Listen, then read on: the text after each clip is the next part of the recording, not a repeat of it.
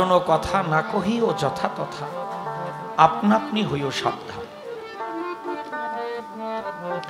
আমার দাদু ভাইয়ের একটা গান আছে, ওই গানের মধ্য দিয়ে উনি যা বলে গেলেন এর অধিক বলা আমার পক্ষে সম্ভব নয়।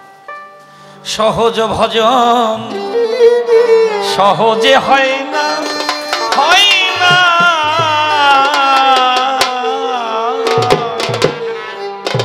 সহজ ভজন সহজে হয় না, সহজ ভজন সহজে হয় না।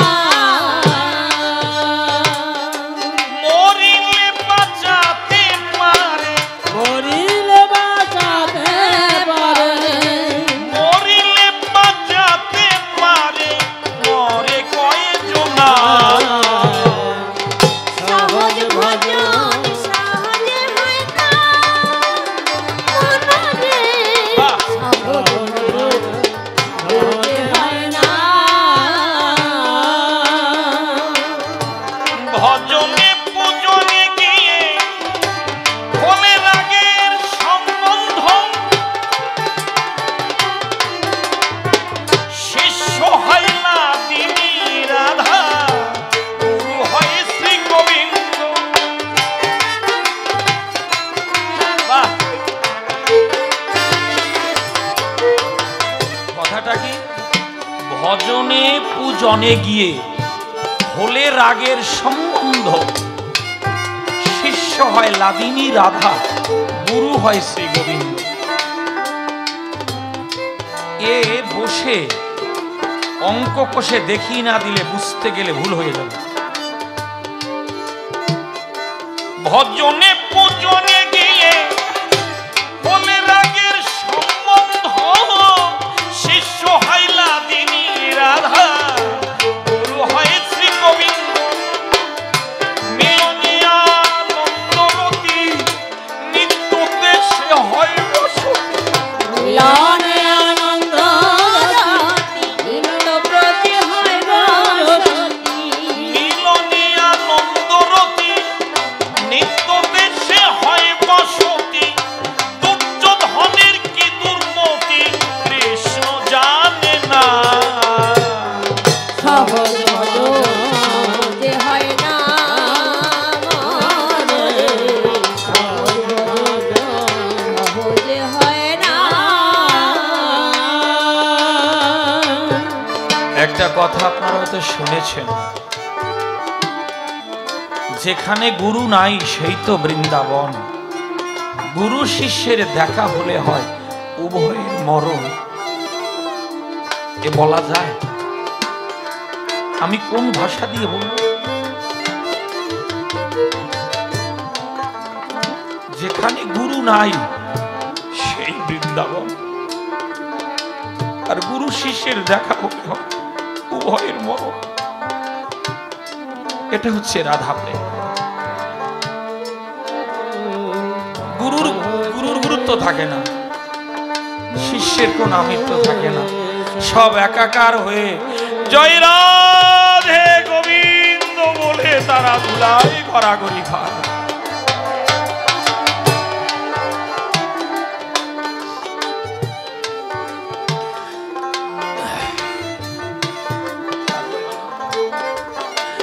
কলঙ্কের বাঁধ ভেঙে ফেলে উজ্জ্বল রসের প্লাবনে, নারী পুরুষ এক হয়ে যায়, ঢেউ খেলে প্রেম পবনে।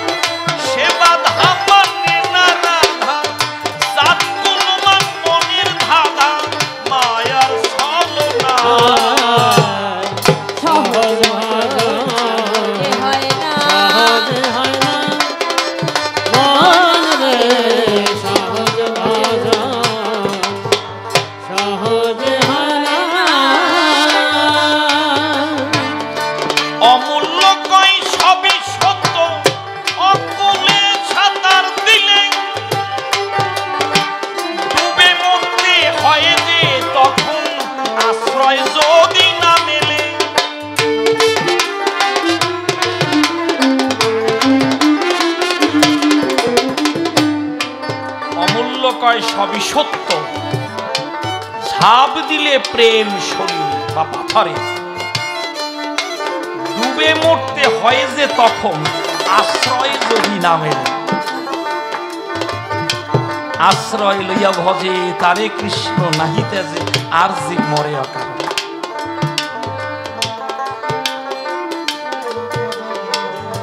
অমূল্য কই সবই সত্য, ঝাঁপ দিলে পাথারে, ডুবে মরতে হয় যে তখন আশ্রয় যদি না মেলে।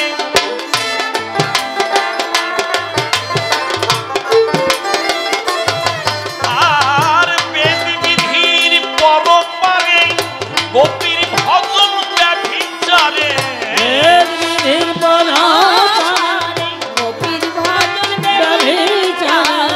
আর বেদ বিধির পরপারে গোপীর ভজন ব্যভিচারে, ঝাঁপ দিলে প্রেম মাথারে কুলে ফেরে না।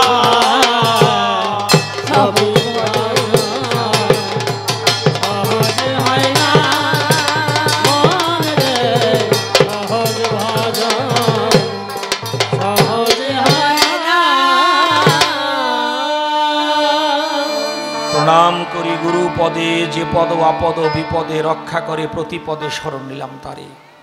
ভক্তবৃন্দের চরণধুলি ভক্তিতে মস্তকে তুলি, সদা যেন হরি বলি আমার এই অধরে। বন্দনা করে শেষ কাল্পনিক ভূমিকাতে করিব প্রবেশ। সবিশেষ সভা মাঝে জানাই নিবেদন, প্রথমবার সবাই এসে অঙ্ক কষে কষে যোগ্যতা অনুসারে করলাম বিচার বিশ্লেষণ। ওই যে কাব্যের নবাব জবাবে ধরে গেছে অভাব, এটা তো কবি আলাদের 14 গোষ্ঠীর জাতর স্বভাব, জাতির স্বভাব। কথা মিথ্যা নয়, বেশ কিছু কথা সবাই দিয়ে গেছে বক্তৃতা, আপনারা বসে বসে শ্রবণ করলেন যত সুধি সয়।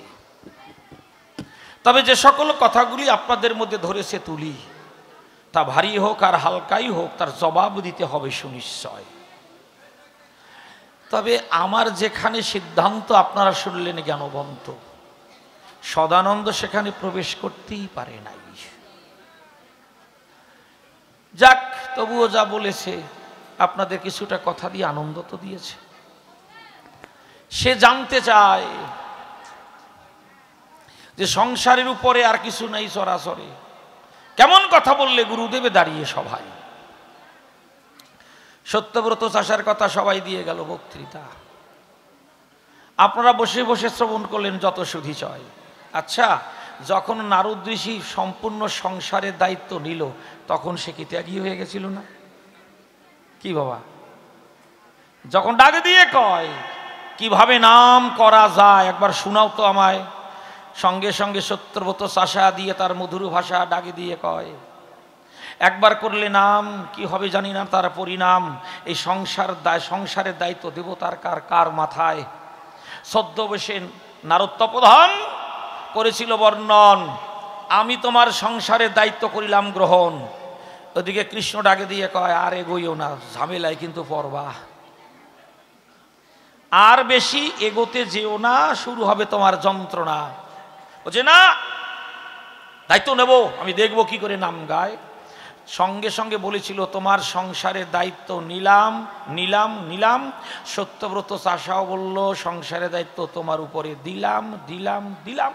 সম্পূর্ণ যখন তার উপরে সঁপে দেয়, একেবারে মুক্ত অবস্থায় একবার কৃষ্ণ বলে ভাসিয়া চোখের জলে সে কিন্তু গোবিন্দ চরণে পৌঁছে যায়। ভোগের মধ্যে থেকে পাইছে। যখন নারদ পরিপূর্ণ দায়িত্বটা নিয়েছে, সব তার মাথায় দিয়েছে, পরিপূর্ণ ত্যাগের জায়গায় দাঁড়িয়ে তারপরে গোবিন্দ প্রাপ্তি হয়েছে। ও বাবা, নিজের কথায় নিজে তলায় পড়ো, বোঝো না? তবে একটা কথা কি জানেন, বেশি বোঝা বুঝিয়ে গেলে তারে বোঝানো যায় না। ছোট্ট গল্প না বলে পারবো না। এক গুরুদেব শিষ্য করিয়ে বেড়ায়। এখন এক গ্রামে গেছে, ওনার কাছে না বললে কিছু হয় না, কইলেই হয় গুরুদেব নাম নেব, উনি সঙ্গে সঙ্গে রেডি। কবে নেবা? শনিবার মঙ্গলবারও বাসে না, অমাবস্যাও লাগে না, দেবো তাই দেবো, আমার সন্তান বাড়াবো। আছেন এরকম আছে, তবে আপনাদের এই গ্রামে নাই, থাকলে তো আমি খবর কেন। শুনুন, এ বড় একটা যন্ত্রণা। হাসিয়া হাসিয়া করিয়াছ পাপ, কাঁদিলেও ফুরবে না সেই অনুতাপ। শিষ্য করাটাও একটা বন্ধন। আপনারা একটু ভেবে দেখুন, আমরা একটার পরে দুটো সন্তান নিতে গেলে হিমশিম খাই। কেন খাই? এদেরকে মানুষ করতে হবে, এদেরকে একটু ভালো জায়গায় রেখে যেতে হবে। তাই দুটো একটা সন্তান নিয়ে যদি এত ভাবনার মধ্যে থাকতে হয়, তাহলে যে গুরুরা খালি জন্মায় আর জন্মায়, মানে মন্ত্র দিয়ে বেড়ায়, তারা কয়জনের দায়িত্ব সঠিকভাবে পালন করে? লোকনাথ গোস্বামী আর একজন আছে লোকনাথ ব্রহ্মচারী। লোকনাথ গোস্বামী হচ্ছেন নরোত্তমের গুরুদেব। লোকনাথ গোস্বামী নরোত্তমকে কিন্তু কানে ফুফা দেয় নাই। জানি না আপনারা এটা জানেন কিনা, দেয় নাই। সে গুরুর করণ করে গুরুদেবকে ভালোবেসে যে জায়গায় পৌঁছে গিয়েছিল, লোকনাথ গোস্বামী বলেছিল এ জন্মে তোর আর দীক্ষা শিক্ষা লাগবে না। দীক্ষা শিক্ষা নিয়ে মানুষ যে জায়গায় যায়, তুই তা অনেক আগে চলে গেছিস। ভাবতে পারেন? আগে দরকার হচ্ছে মানসিকতা। তো বেশি বোঝা বুঝিয়ে গেলে তারে কেডা বুঝায়? তো ওরকম গোসাই সব জায়গায় খালি মন্ত্র দিয়ে বেড়ায়। এক গ্রামে আইছে এক ভদ্রলোক, একটু ভদ্র, মানে একটু মানসিকতাটা ভালো। সে কাছে গুরুদেব এ জায়গায় শিকড় ডাবাইয়েন না, এ জায়গায় শিশু টিশু করিয়েন না। আর যার দিকে আপনি তাকাচ্ছেন ঘন ঘন, কিন্তু ভারী বেকায়দা। ও দিনের বেলাতেই মেয়ে ছেলেদের ক্ষমা করে না, রাত্রেবেলা তো কথাই নাই। এত উন্নত পুরুষ ভাবেন। তারপরে গাঁজা তো খায়, গাঁজা যে খায় মদ তার কাছে স্বাভাবিক। এর মন্ত্রটন্ত্র দিয়ে নিজে ডুবাইয়েন না। বলে না, ভালো রে সবাই ভালো করতেই পারে, এটা খারাপ তো ভালো করে দেখি পারি কিনা। বলে তাহলে দেন মন্ত্র দেশে। এইবার আগে যে কাম করতো স্বাভাবিকভাবে, এখন তার রানিংয়ে করে, মানে আকামে ঠেলা দেশে।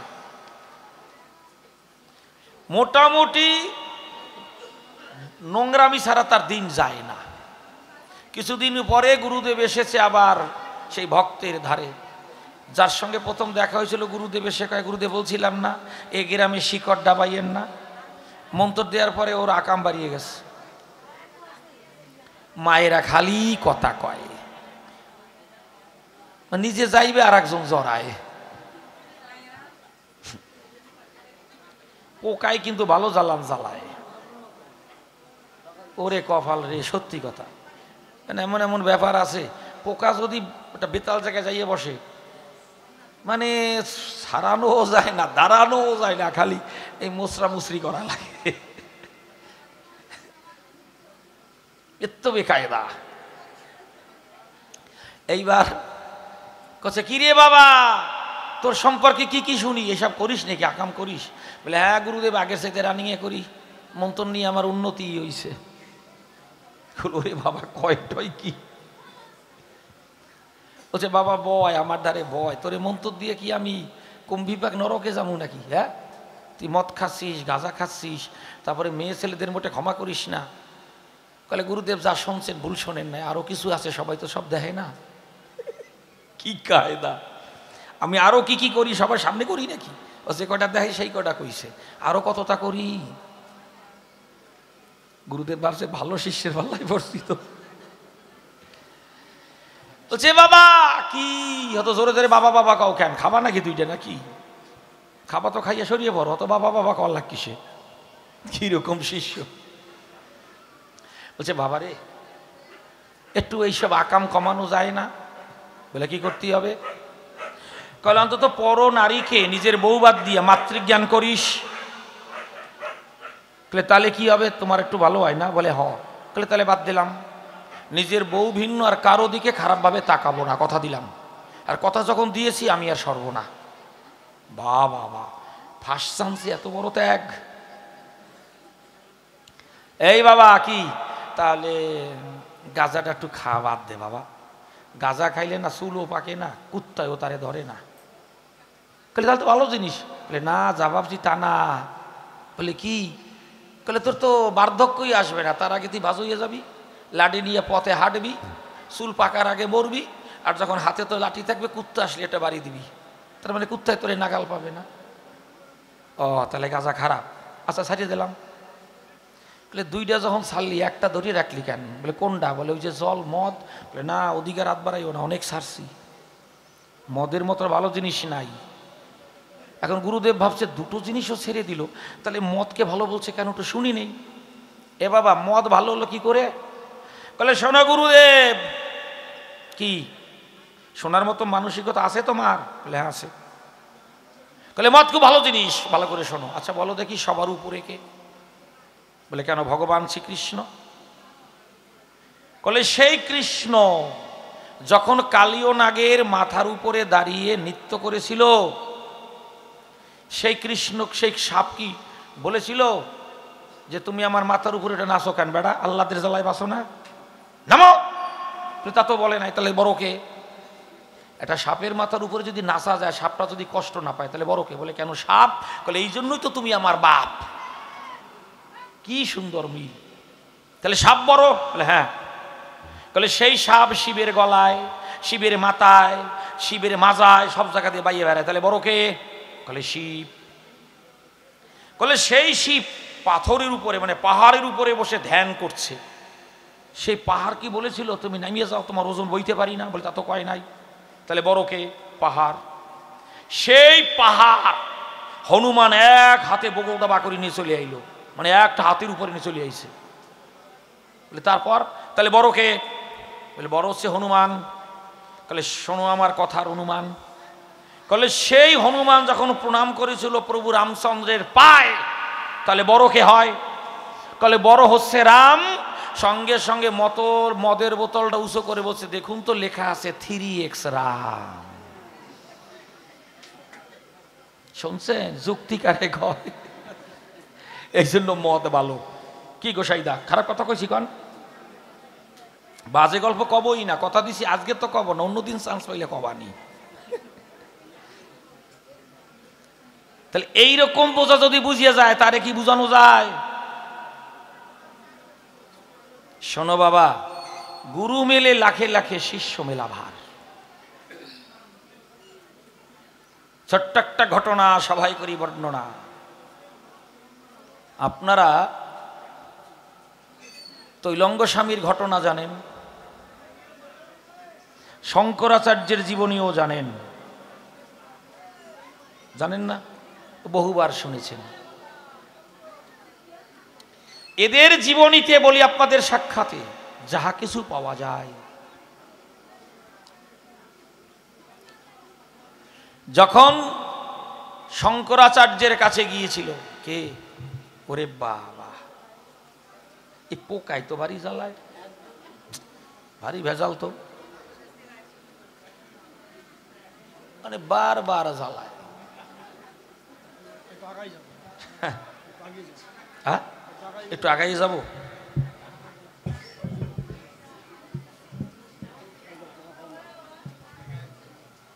এই জায়গায় গেলেও কি আমরা ক্ষমা করবে নাকি? মানে যদি গেঞ্জির মধ্যে ঢুকে পড়ে তাও সহ্য হয়, আন্ডারের মধ্যে তুই ঢুকলে কম দেখি কি বেসা ভালো। কোন জায়গায় ছিলাম সাথে ভুলেই গেছি।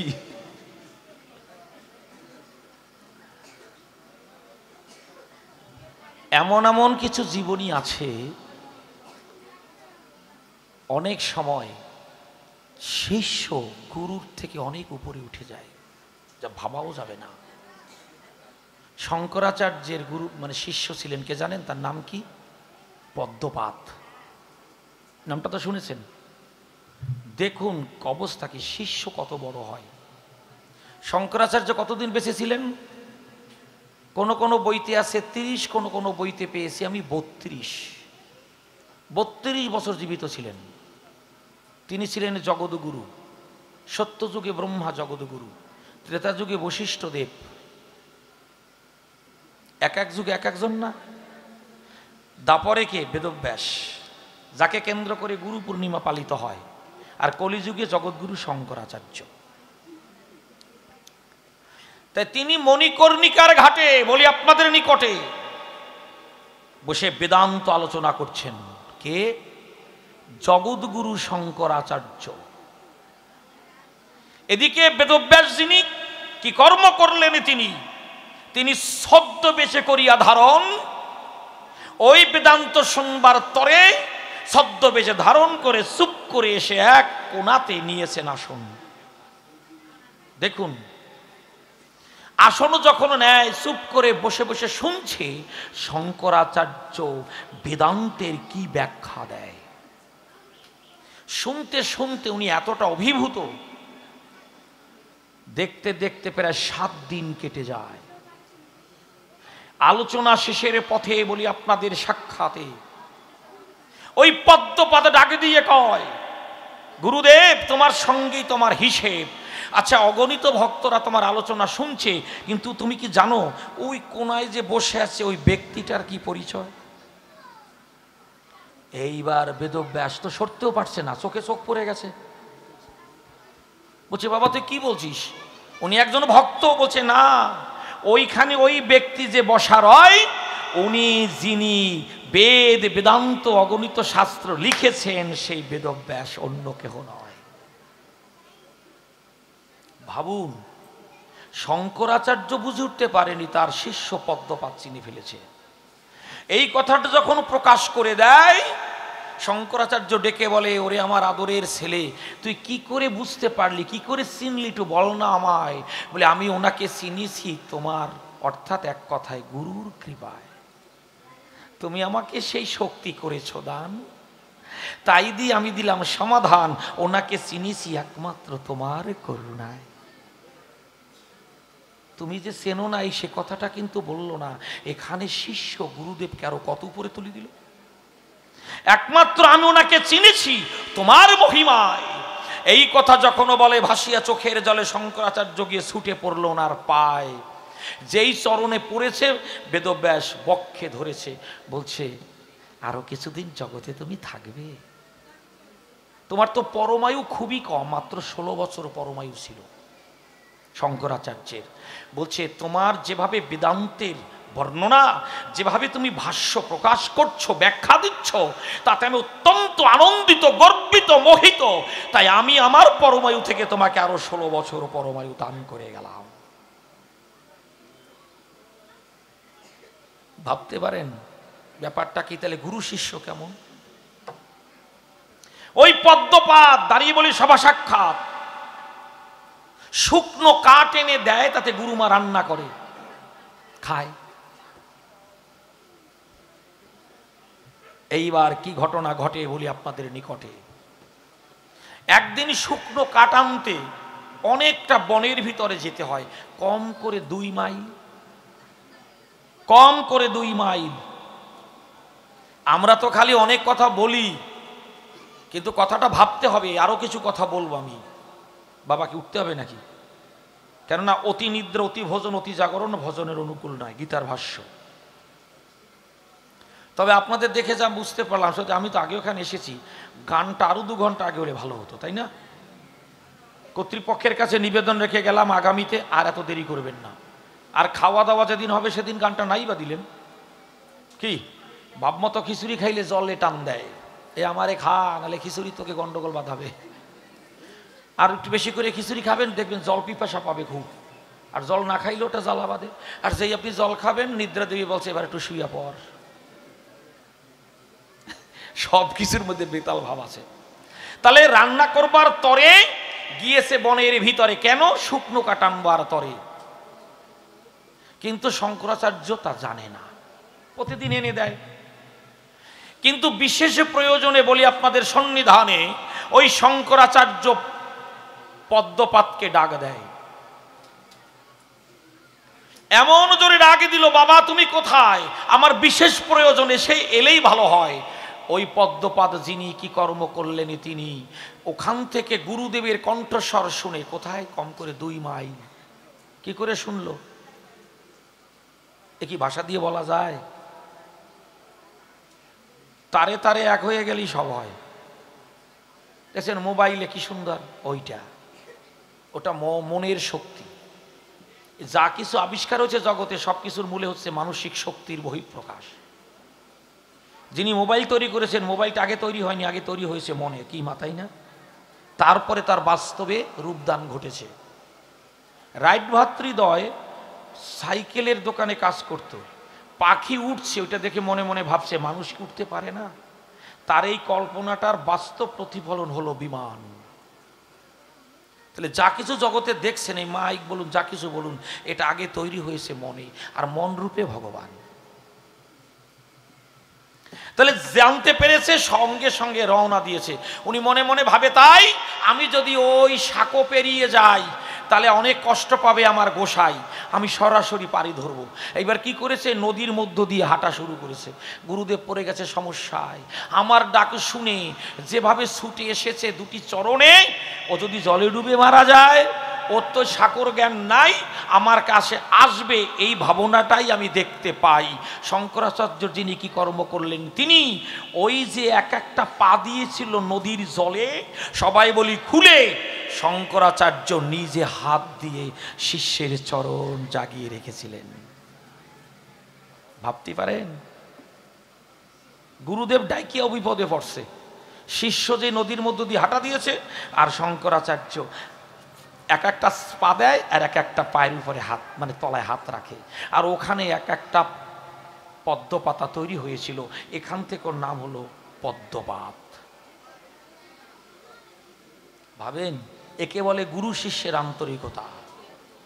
ওমা, শাস্ত্রীয় কথা বলার চেষ্টা করেছি, জানি না কতটুকু বলে আপনাদের আনন্দ দিলাম। এত দূর যেতে হবে না। এই সংসারে বলে আপনাদের ধারে যদি কেউ মা বাবার সঠিক সেবা করতে পারে, তার মধ্য দিয়ে গোবিন্দ প্রাপ্তি হয়।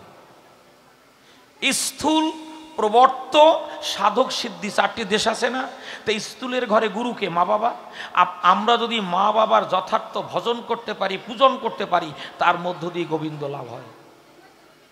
অনেকে ভাবে কি লাভ দিয়ে কৃষ্ণ পাবো, অত সস্তা, অত সহজ।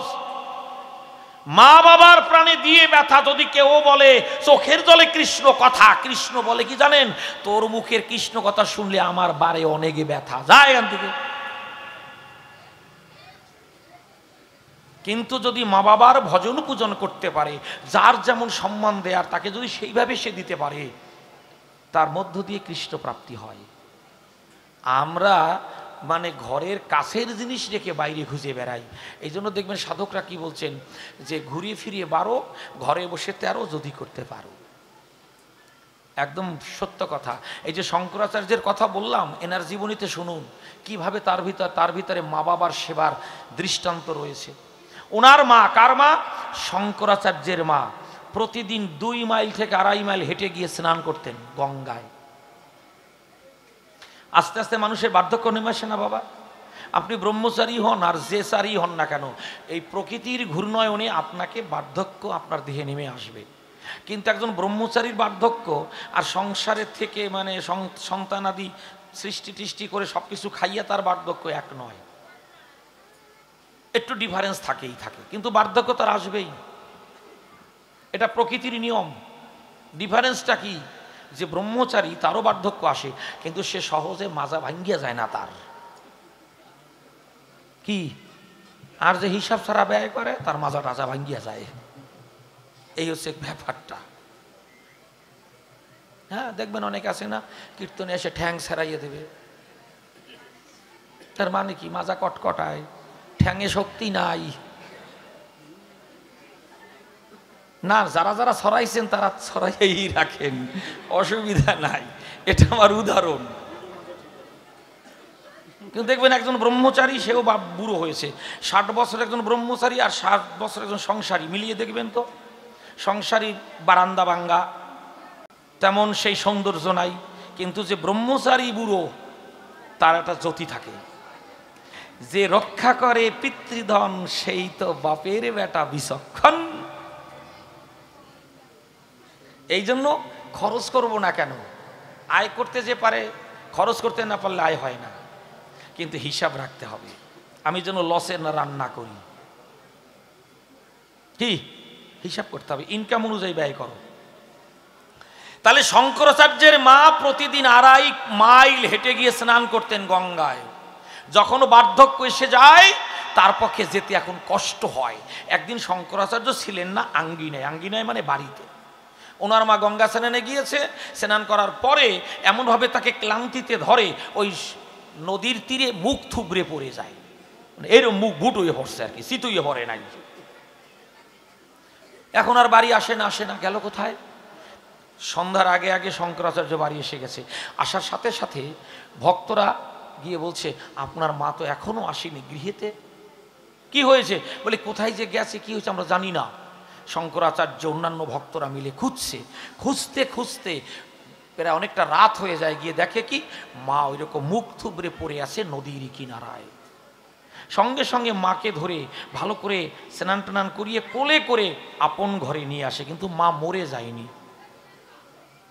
মুখ থুবড়ে পড়েছিল। বলছে, মা তুমি আর এইভাবে গঙ্গা স্নানে যাবা না, দেখি তোমার গঙ্গা স্নানের ব্যবস্থা করা যায় কিনা। বলি, আপনাদের নিকটে মা পড়েছে হেন সংকটে।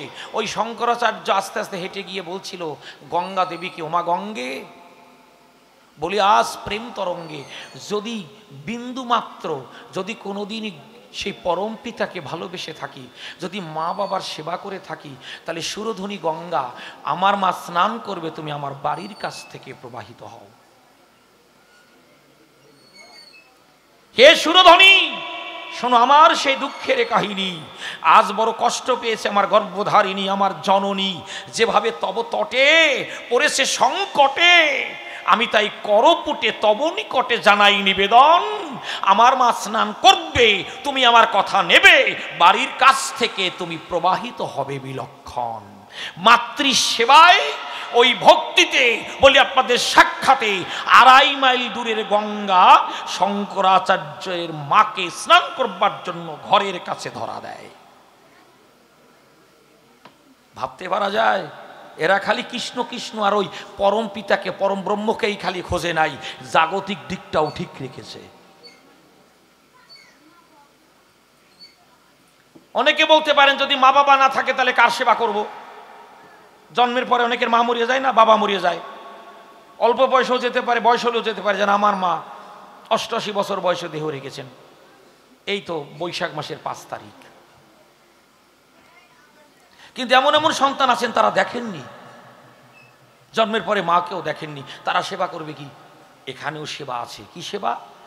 মায়ের সার, বাবার সার, গুরুর দিয়ে 10, নখ, ত্বক, দন্তলোম, এটা মায়ের, অস্থি, মজ্জা, রক্ত, শোণিত, মানে এরকম 4টি বস্তু আছে। এই যে 4টি হচ্ছে বাবার।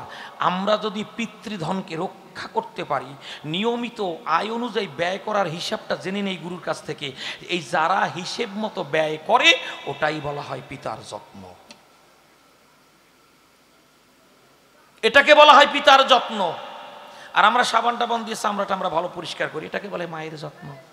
এই জন্য অশ্বিনী গোসাই, মানে একজন সাধক বলেছিলেন, ও তোর মাতৃধনের যতন যত, যদি পিতৃধনের তেমন হতো, হওয়ার মতো হয়ে যেত, থাকতো না আর ত্রিতা বা জ্বালাতন। তাহলে আমি যদি আমাকে রক্ষা করতে পারি, তাহলে মা বাবার সেবা হয়ে যায়। এটা হচ্ছে পরের কথা। কিন্তু জীবিত অবস্থায় আমি মায়েরে খেতে দিলাম না, বাবারে সম্মান করলাম না, আর যে মরিয়া যায় দরা বাঁধিয়ে ঘুরিয়ে বেড়ায়, হাজার হাজার লোক খাওয়ায়, ওরে আমার কপাল ভোর। আরে মরিয়ে গেলে কিচ্ছু থাকে না, কিচ্ছু থাকে না। নিজের কথা বলতে নাই, তবু বলি, অপরাধ দিলে মার্জনা করবেন।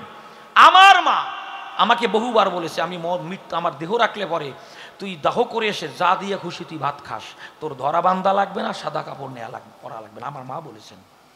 কিন্তু চুল ফেলাইছি কেন জানেন?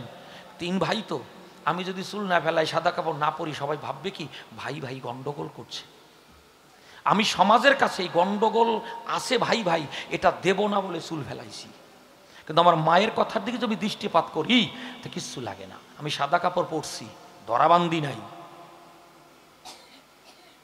ওই 12-13টা দিন খালি তার আত্মার শান্তি কামনা করেছি। হে গোবিন্দ, এইরকম পবিত্র মায়ের গর্ভে বারবার জগতে আমাকে এনো। আমার মা বাবা অত্যন্ত পবিত্র, যদি আবার এই জগতে তোমার প্রয়োজনে বা তোমার কৃপায় যদি আসি, যেন এরকম পবিত্র মায়ের গর্ভে আমি যেন একটু আশ্রয় পাই। সত্যি বড় বড় মহামানবের জীবনীটা পড়ে দেখবেন। একটা কথা বলি, আপনারা আমার অপরাধ নেবেন না, ক্ষমা করবেন। এটা কিন্তু আমি নিজে দেখেছি তাই বলছি। অনেকে বলতে পারেন উনি আবার অন্য কথা কয় নাকি, সব জায়গায় তো ভয়ের ব্যাপার আছে। আমাদের মাননীয় প্রধানমন্ত্রী, আমি কিন্তু ক্ষমা চেয়ে কথাটা বলছি, ওনার মা তো 100-এর উপরে জীবিত ছিলেন। প্রধানমন্ত্রী তো মানে আর 2 বছর হলে 75 হবে। ওনার মা 100-এর উপরেও ছিলেন জীবিত। যখনও মারা গিয়েছে মাননীয় নরেন্দ্র মোদী সাদা পাঞ্জাবি সাদা প্যান্ট পরে উনি সামনে গিয়ে বাঁশ কাঁধে নিয়েছিলেন। বলুন মিথ্যা বলছি কিনা? টিভির পর্দায় দেখেছি, আমরা পেপারে দেখেছি সেই ছবিটি। একে বলে মা বাবার প্রতি যত্ন, ভালোবাসা। উনি বলতে তো পারতেন আমি প্রধানমন্ত্রী, আমার লক্ষ লক্ষ সেবক রয়েছে, তোরা গিয়ে কান্দে বাঁধা, বুড়িটা মরছে ভালো হয়েছে, আমি বাঁধাবো কেন? নিজে আসরি ধর্মজীবীরই শিখাই। আজ প্রধানমন্ত্রীর ওই যে বাসটা, যে মরা মানুষ যে যার উপরে শোয় কাঁচা বাস, নিজে কাঁধে নেয়, মানে কি পুরো ভারতবাসীকে শিক্ষা দিলেন এইভাবে তোমরা মায়ের প্রতি যত্নশীল হও। আমি সত্যি কথা বলি, এটা আমার ওই একদম মনের কথা বলে যাচ্ছি। যতই হরি হরি করুন, যত জয় নিতাই করুন, যত জয় গরু বলুন, আপনার মা আমার মা যেরকমই থাক না কেন, বাবা ধনী হোক, জ্ঞানী হোক, পণ্ডিত হোক, অজ্ঞানী হোক, সে বাবা, সেই আমার পরম ব্রহ্ম, সেই আমার বিশ্বপিতা। এই জ্ঞানে যেন আমরা তাকে সম্মান করতে পারি। যদি মা বাবার চরণে বলি আপনাদের সন্নিধানে যথার্থ আমার ভক্তি থাকে, আমার রতিমতি থাকে, শ্রদ্ধা থাকে, তাহলে পরম পিতার করুণা অনায়াসে নেমে আসবে। এইটা যেন আমরা ভুল না করি। আর একটা কথা কব, এটা একটু লোকশিক্ষার জন্য বলে যাই। দেখুন, জানি না আপনাদের কার কেমন টাকা পয়সা আছে, ওটা আমারে কওয়া লাগবে না। আমি নিবেদন রাখি, টাকা থাকলে মোবাইল কিনা বাচ্চাদের হাতে দিয়েন না, শেষ। দিয়েন না, সর্বনাশ। মোবাইল ফোন যে কতটা চোখের ক্ষতি করে, কতটা হার্টের ক্ষতি করে জানেন? স্কিন ডিজিজ হতে পারে, মানে চামড়া বলে স্কিন ক্যান্সার, মানে চামড়ায় ক্যান্সার হতে পারে, হার্ট নষ্ট হতে পারে, কিডনি নষ্ট হতে পারে, অনিদ্রা দেখা দিতে পারে, আমাদের মস্তিষ্কের যে সূক্ষ্ম সূক্ষ্ম স্নায়ুগুলি তার কর্মক্ষমতা রহিত হতে পারে। এই জন্য বলি, আপনার অন্তত পক্ষে উচ্চ মাধ্যমিক পাশ না করা পর্যন্ত, বিশেষ প্রয়োজনের কথাটা আলাদা, আল্লাদের চোটে পাশায় মোসর দিয়া ফোনটা হাতে দিয়েন না। আপনার টাকায় কিন্তু সন্তান রক্ষা করতে পারবেন না, এমন বিপদ নেমে আসবে। এখন আমি এই যে জীবিকায় রয়েছি, ফোন তো লাগে, বাড়ি গেলেই নেট অফ করে রাখি। আর মেয়েটা যে ধরতে যায়, আমার একটু বয়সে বিয়ে করছি, তখন কব কি কন 34-এ করছি, 2 বছর পরে ছেলে হয়েছে, তার 7 বছরের মাথায় মায়ের কথায়, ওই যে মা দেহ রাখছে, বাবারে আর একটা সন্তান নেই, মায়ের কথাতে দ্বিতীয় সন্তান, এটা মেয়ে হয়, আমার একটা ছেলে একটা মেয়ে, অপরাধ মার্জনা করবেন, এটা মায়ের কথায়। যাই হোক, তাহলে সে ছোট, আমি ও যেই ফোন ধরে, মা দেখ তোর মধ্যে কিচ্ছু নেই, মানে লক্ষ্যারাতো, এটা পচা ফোন, কতদিন আসার মারছে, কিন্তু তবু পচা ফোন কথাটা ওর কাছ থেকে আমি সরাই না। কেন? পচা কই আরো 2 বার আসার মারু, ভাঙিয়ে বেলাক, দরকারে 10,000 দিয়ে আর একটা কিনবো, কিন্তু ও যাতে ওটা চালাতে না পারে সে ব্যবস্থা করবো না। কয়েকবার আসার মারছে, ভাগ্য ভালো ভাঙ্গে সরে নাই, এখন পচা, ও বাবা ওটা পচা, বলে হ্যাঁ। দেখছেন, মিথ্যা কথা, তো মিথ্যা কথা বলছি ঠিকই, কিন্তু ওর মঙ্গলের জন্য। ওর মায়েরে বলি, শোনো, কখনো যেন ওর সামনে ফোনটা যদি না ধরে পারো ভালো। কি করিয়া জানি একদিন দেখিয়ে ফেলাইছে, মানে আমার মায়ের ছবিটা আর ছেলের ছবিটা সামনে, আমি এটা লক না করলে তো ফোন করা যায় না, দেখে কি ওই মায়ের ছবিটা বেরোইলি অমনি ফোন করা যায়। 3 দিন আগে আমারে কয়, ও বাবা ঠাম্মা দেখবো, ঠাম্মা দেখবো। ব্যাপারটা কি রে, ঠাম্মা দেখবো মানে কয় কেন? তাহলে আমার মায়েরে দেখতে চায়, তাহলে একটু দেখুক। যেই ওইটা সামনে দিছি, দেখি কি পিছনে নিয়েই গিয়ে অমনে শুরু করে দিয়েছে দেখা, সঙ্গে সঙ্গে অপশানে চাপ দিয়ে এখন ওই কি জানি ফরিং বাবুর বিয়ে শুরু করে দিয়েছে। খাইছে তো, এইবার দোকানে নিয়ে ভালো ভালো খাবার টাবার দিয়ে ভুলেই টুলেই আবার লক করছি। আমার দেখছিস, তুই দেখতে চাইছিস না, তাই এক ঝলক ঠাকুমা সামনে আইছিল, এখন আর নাই। এখন টেপে এখন লক না খুললে তো ওই ছবিটা আসবে না। বলে তাহলে আবার পসছে? বলে হয়, এবার জম্মের পসা পসছে। আপনাদের কাছে নিবেদন, আমার কথা শুনতেই হবে এমন কোনো দাবি আমি রাখি না, কিন্তু রাখলে ভালো হবে। বাচ্চাদের দেবেন না। তারপরে ফোনের মধ্যে যা বিশ্রী বিশ্রী ছবি টবি থাকে, বলেন মা, লজ্জা করে না? এই জন্য বলছি দেবেন না। উচ্চ মাধ্যমিকের পরে তারা বোঝার শক্তি আসে, তখন যা করে করুক। যাক, এবার গান গাই, তারপরে মিলন গীতি গিয়ে সবাই মিলে বাড়ির দিকে যায়। কি কন? রাধে রাধে।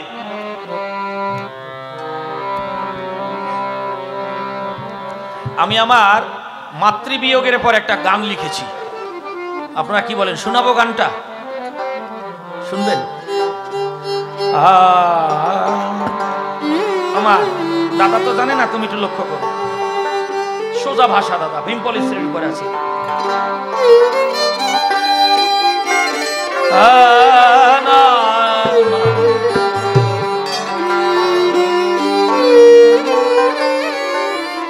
জন্ম মৃত্যু একই লীলা, জন্ম মৃত্যু একই লীলাকে দিল গুপ্ত বিধান।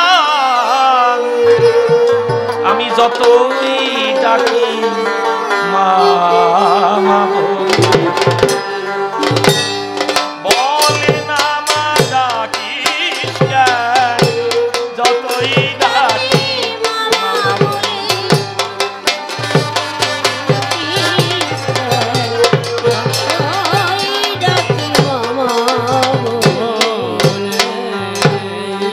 জন্ম মৃত্যুর একই লীলা কে দিল গুপ্ত বিধান। যতই ডাকি বলে না মা ডাকিস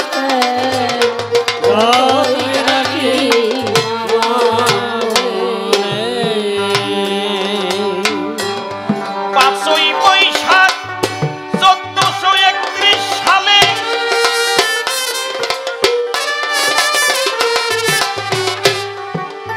রাত 9টা 12 হলে কার ডাকে মা গেল চলে, কার ডাকে মা গেল চলে, ছিন্ন করে নারীর টান।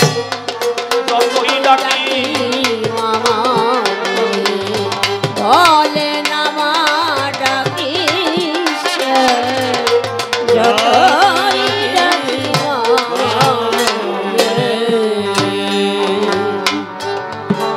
একটু চোখে আড়াল হলে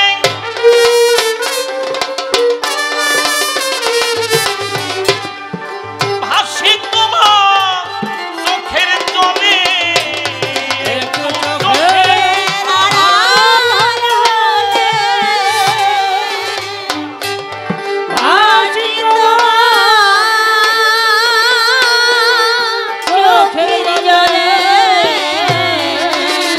এখন কেউ বলে না সাত সকালে, বলে না কেউ সাত সকালে, বলিন কেন বরণ খান। যতই ডাকি বলে না ডাকিস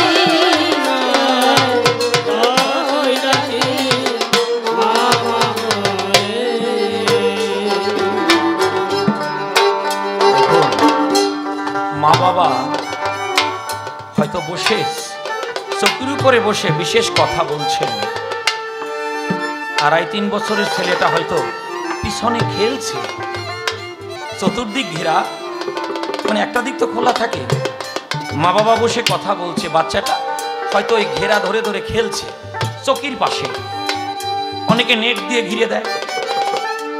মা বাবার অলক্ষ্যে ওই সন্তানটা যদি চকি দিয়ে পড়ে যায়, সন্তান পড়ে গিয়ে যতটা না ব্যথা পায়, বেশি ব্যথা পায় মা বাবা। খোকা পড়ে গেলি,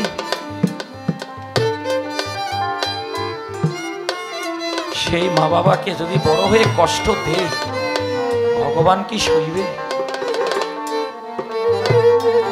কখনো ভুট হয়ে পড়ে গেলে মায়ের হাত ধরে যাচ্ছে, হয়তো একটা হাতটা ছেড়ে দৌড় দিতে গিয়ে পড়ে গেল, দেখবেন সন্তানের যতটুকু আঘাত লেগেছে বেশি আঘাত লেগেছে মায়ের।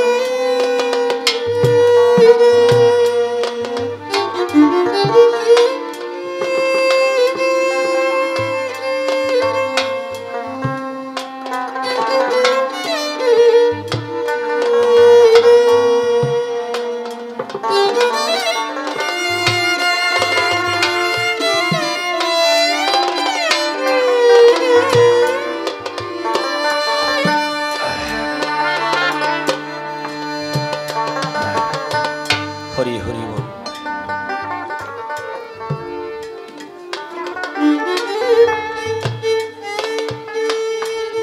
হরি হরি বল।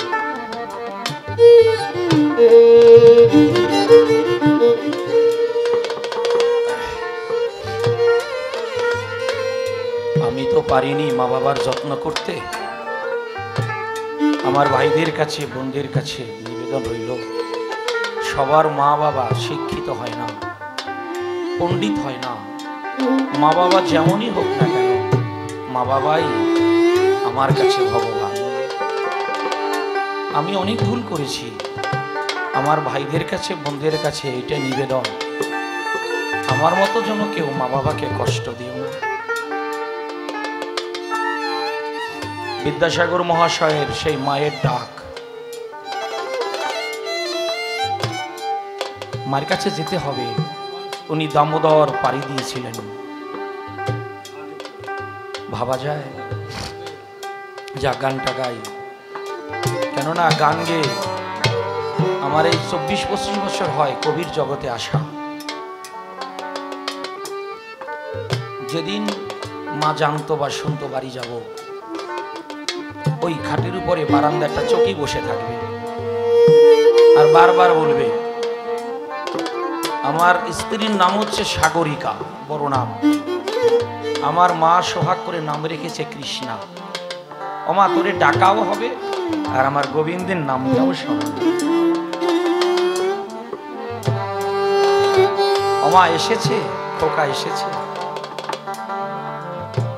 আর কেউ বলবেন আমার এই জীবনে তার ইতি টেনেছি আমি। একটু চোখের আড়াল হলে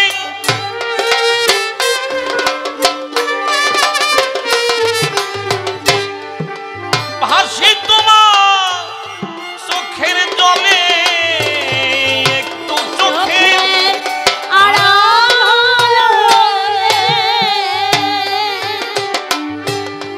ভাসি তোমার চোখের জলে। এখন বলবে না কেউ, সাত সকালে বলবে না কেউ, সাত সকালে বলিন কেন বরণ খায়। যতই ডাকি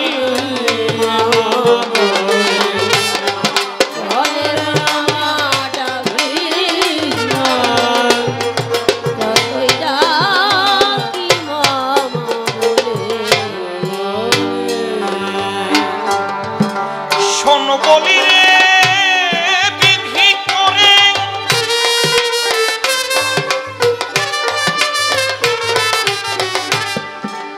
কেন মাকে মিলিকে রে।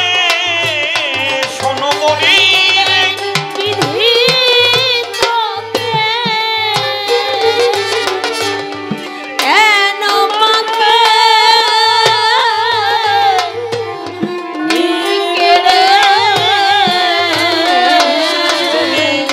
সন্তান হতো তোর জঠরে, সন্তান হতো তোর জঠরে, বুঝতি কেমন মায়ের প্রাণ।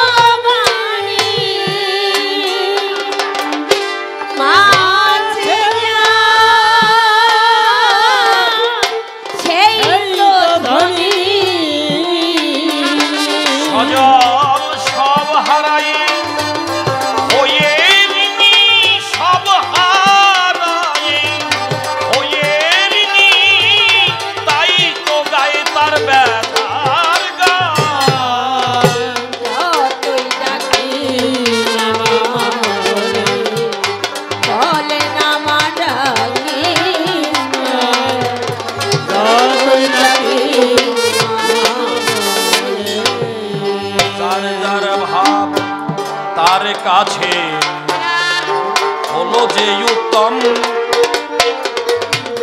তটস্থ হইয়া বিচারিলে আছে যে তার। যদি সংসারকে তুমি ভালো বলো গো, তবে সেইভাবে সংসারে থাকো। আর যাকে ভালো লাগে মুক্ত মনে তাকে ডাকে, যেন মনটা তোমার পবিত্র রয়, অন্য কিছু নয়। তবে তার যাহা ভাবনায় আসে সেইটা শ্রেষ্ঠ রয়। কেউ যদি ভাবে সংসার ছেড়ে ভজন করব, এটা তার কাছে শ্রেষ্ঠ, আর আমি সংসারে থেকে তাকে ডাকবো, এটা আমার কাছে শ্রেষ্ঠ। তাহলে যে পথে আমি যাই না কেন সেটা যেন পবিত্র হয়। তবে ত্যাগের মধ্যে পূর্ণানন্দ দেখিতে যে পাই। ত্যাগ মানে সংসার ফেলে যাব না গো। ত্যাগ মানে কি সংসার ফেলে যাওয়া না। ত্যাগ শব্দের অর্থ কি জানেন? ক্ষুদ্র থেকে বৃহতে গমন। বড় বড় সাধকরা সিদ্ধান্ত দিয়েছেন ত্যাগ মানে ক্ষুদ্র থেকে বৃহতে গমন। আপনারা বলুন, এই যে ভারত সেবাশ্রম সংঘের প্রতিষ্ঠাতা প্রণবানন্দজি, তার সংসার কি ছোট সংসার? পৃথিবীব্যাপী তার সংসার। রামকৃষ্ণ মিশন, তিনি কি দুই একজনের কথা ভেবেছেন? পৃথিবীর মানুষকে নিজের সন্তান জ্ঞান করেছেন। আজ রামকৃষ্ণ মিশন থেকে যারা পড়াশোনা করে তারা সব দিক থেকে দক্ষ হয়, তাই না বাবা? কেন? তারা এমন ভাবে প্রশিক্ষণ দেয়, অযোগ্য যোগ্যতা অর্জন করে তারা বৃহৎ হয়ে ধরা দেয়। কত বড় মহারাজদের অবদান। টাইমে উঠতে হবে, তোমাকে ধ্যান করতে হবে, স্কুলে যেতে হবে, খেলতে হবে। স্বামীজি একটা কথা বলেছেন, এইটা নিয়ে অনেকে লাফায়। কি লাফায়? যে গীতা পড়ার চেয়ে ফুটবল খেলা ভালো, বলেছেন এক জায়গায় স্বামী বিবেকানন্দ। আরে কেন বলে সেটা তো তোমরা বোঝো না। তিনি খালি বলেছেন যে গীতা পড়ার চাইতে ফুটবল খেলা ভালো। তার মানে কি? তুমি ভাগবত অধ্যয়নে বসেছো, তোমার ওর ভিতরে মন নাই, বোঝার চেষ্টা করো না, ওর চাইতে ফুটবল খেলে বেড়াও। এই হচ্ছে অর্থটা। না, বিবেকানন্দ কইছে যে গীতা পড়ার চাইতে ফুটবল খেলা ভালো, তাহলে জম্মের খেলা খেলিয়ে বেড়াও, যেন ঠ্যাং ভাঙ্গিয়া বসে না। কথার মানেই বোঝে না। কব এবার বুঝতে পারলেন তো কি বলতে চেয়েছেন? তুমি পড়াশুনো করছো না, খালি খালি বাবা টাকা পয়সা ধ্বংস করছো কেন? ওর চেয়ে একটা কাজ শিখে কাজ করো, এই হচ্ছে মানেটা। যা কিছু করো না ভাই, পবিত্রতা রাখা চাই। অপবিত্র মনে কোন সাধনার কোন কিছু না। যাকে এক এক করে বলে গেলাম দাঁড়িয়ে সভায়, এইবার মিলন গীতি গীতি টানি শুনুন শুনি যায়।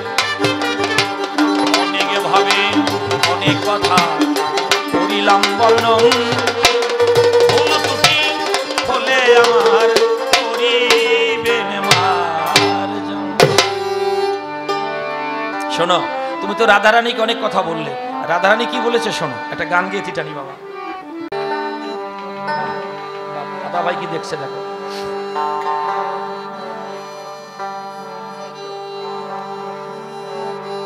ঠিক আছে দাদা। ললিতা গো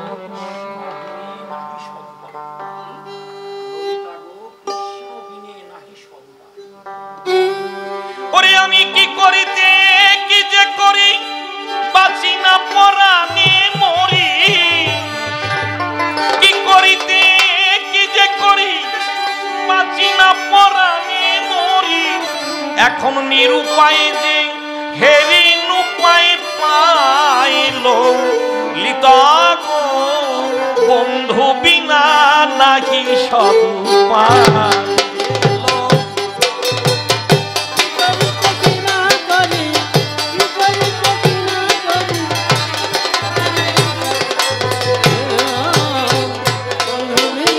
নাহি উপায়।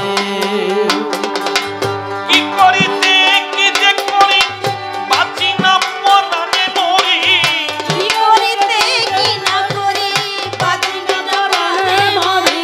ওরে নিরুপায় যে হে নিরুপায় পাইল ললিতা বন্ধু বিনা নাহি উপায়। ললিতা বন্ধু বিনা নাহি উপায়।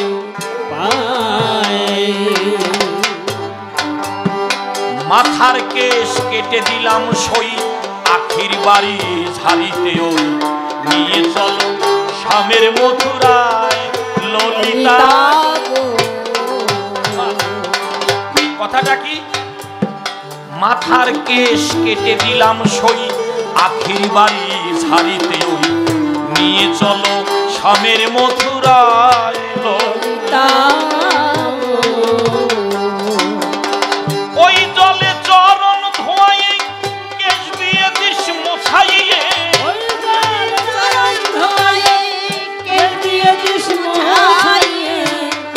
যেন ব্যথা না পায় বন্ধুর কমল পায় ললিতা।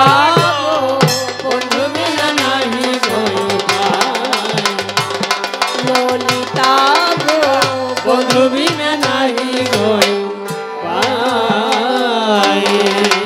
বলিস গিয়ে বন্ধুর কাছে জল ছাড়া মিন কয়দিন বাঁচে পরাণ আছে তাহারি আশায় ললিতা কথাগুলি কত সুন্দর। বলিস গিয়ে বন্ধুর কাছে জল ছাড়া মিন মিন মানে মাছ কয়দিনই বাঁচে পরাণ আছে তাহারি আশায়। বলিস গিয়ে বন্ধুর কাছে জল ছাড়া মিন কয়দিনই বাঁচে পরাণ আছে তাহারি আশায় ললিতা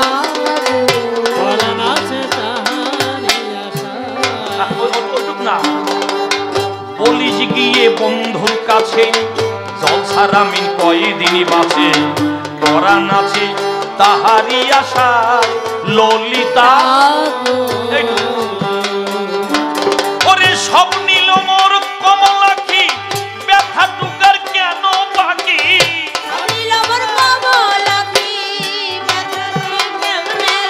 যেন বিপদ হারি পরে তার উপায় ললিতা।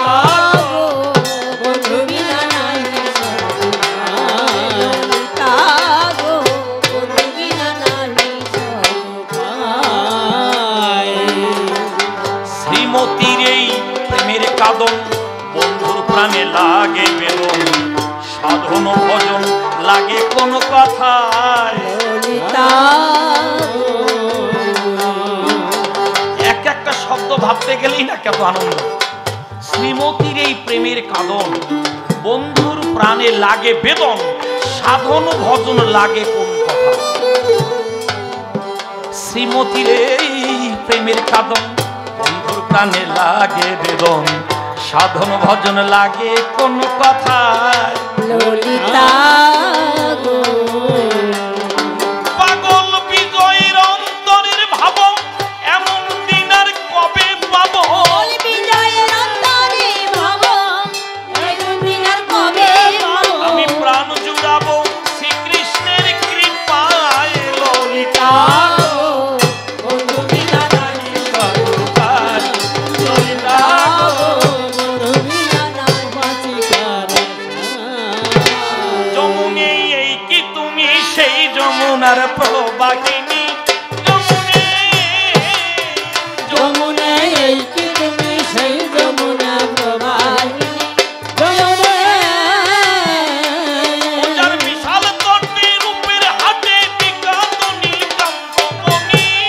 যমুনা এই কি তুমি সেই যমুনা প্রবাহিনী। যমুনা সদানন্দ এলো সভায় বলার থাকলে বলো আমায়।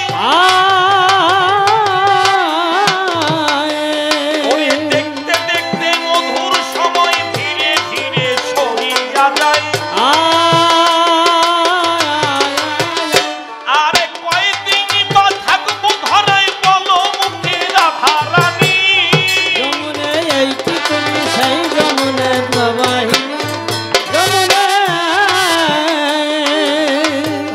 তত্ত্ব শ্রবণ করিয়ে আজি বাধা বিঘ্ন গেল দূরে।